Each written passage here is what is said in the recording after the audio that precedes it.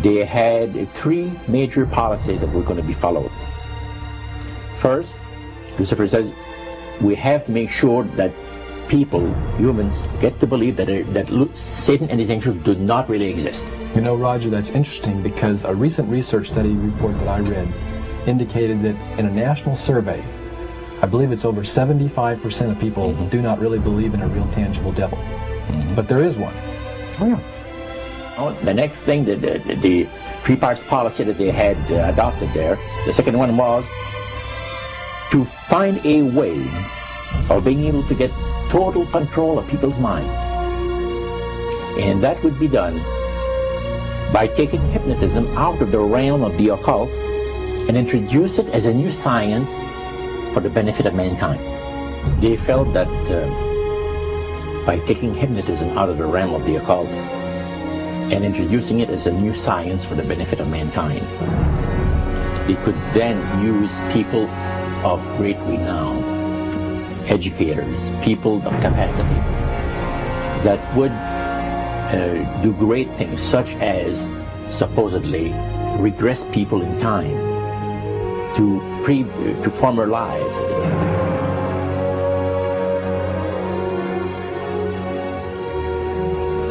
And of course, after the session is over, the person would not know a thing about ancient history. And the person she or he has talked about performing, certain deeds, we'll say, 3,000-4,000 years ago.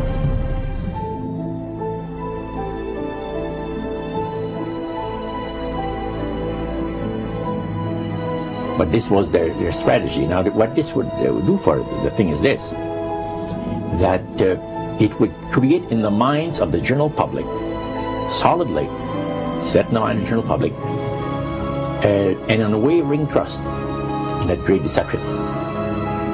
So now this would be a way of de-Christianizing the Western world through the avenue of mysticism.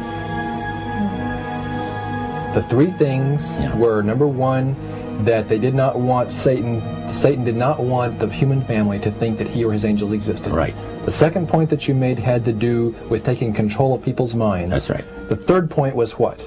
Was to destroy the Bible without burning it. Okay. See? And what was his strategy on that? On that, it was very interesting. Because after the Great General Council, it was decided that Satan would tutor Charles Darwin personally in setting up the principles of his theories of evolution. He was tutored by Lucifer himself, the fallen Lucifer. And at that time, it was understood, Satan and his spirit counselors understood, that if a person was led to believe in the theory of evolution, it would, in his life, destroy completely the creation week of the Bible, the fall of man, and plan of redemption. It would do away with it. Anyone that teaches a theory of evolution is considered to be a minister of a great religious system.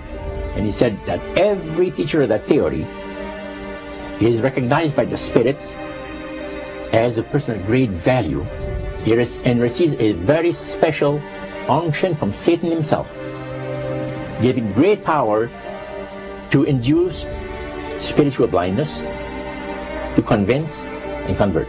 Three capacities.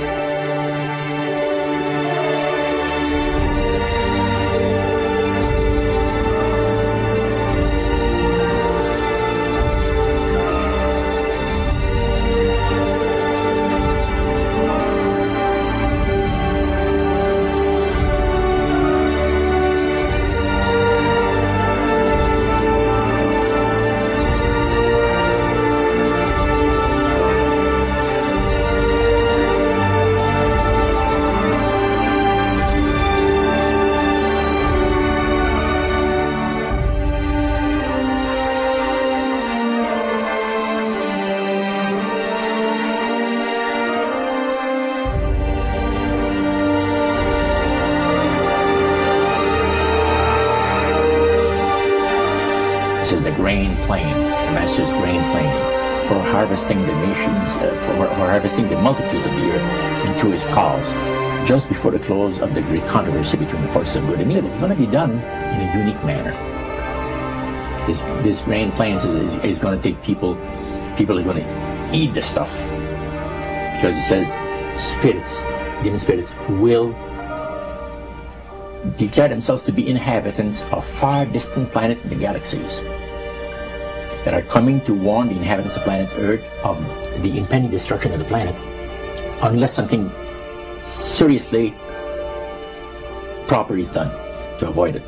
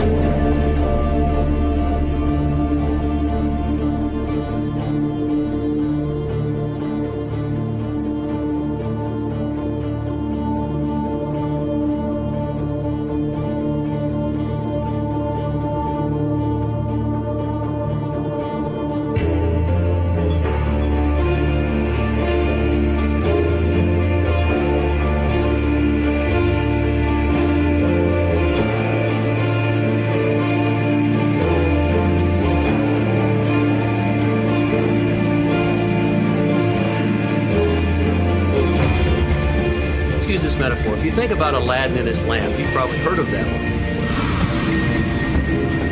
The genie always says one thing. Your wish is my command. You know, the universe is this great genie, and your conscious mind is Aladdin. It formulates the intention of what you choose for your life.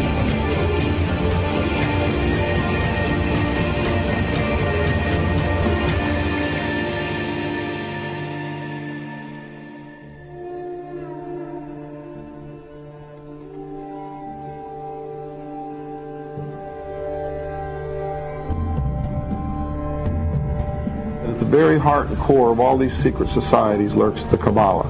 It is a method of encoding information through a system of mathematics and numbers. These people that belong to the secret societies never dared to write down in any language what they knew, what it was that they were guarding, because then someone could steal it and then the secret would be out. So they took this knowledge and they made it occult through a system of encoding, encryption, one of which is mathematics, numbers. Another is architecture. Everybody wonder, why do they have a fraternal organization called the Freemasons? Aren't those the guys that build walls? You bet they do. But every wall they build contains the secrets that have been kept and maintained throughout the ages, and it's encoded in the architecture and in the measurements of the buildings and in the mathematical formulas used to derive the geometry, the shape, the length and breadth and height of rooms. It's all encoded there.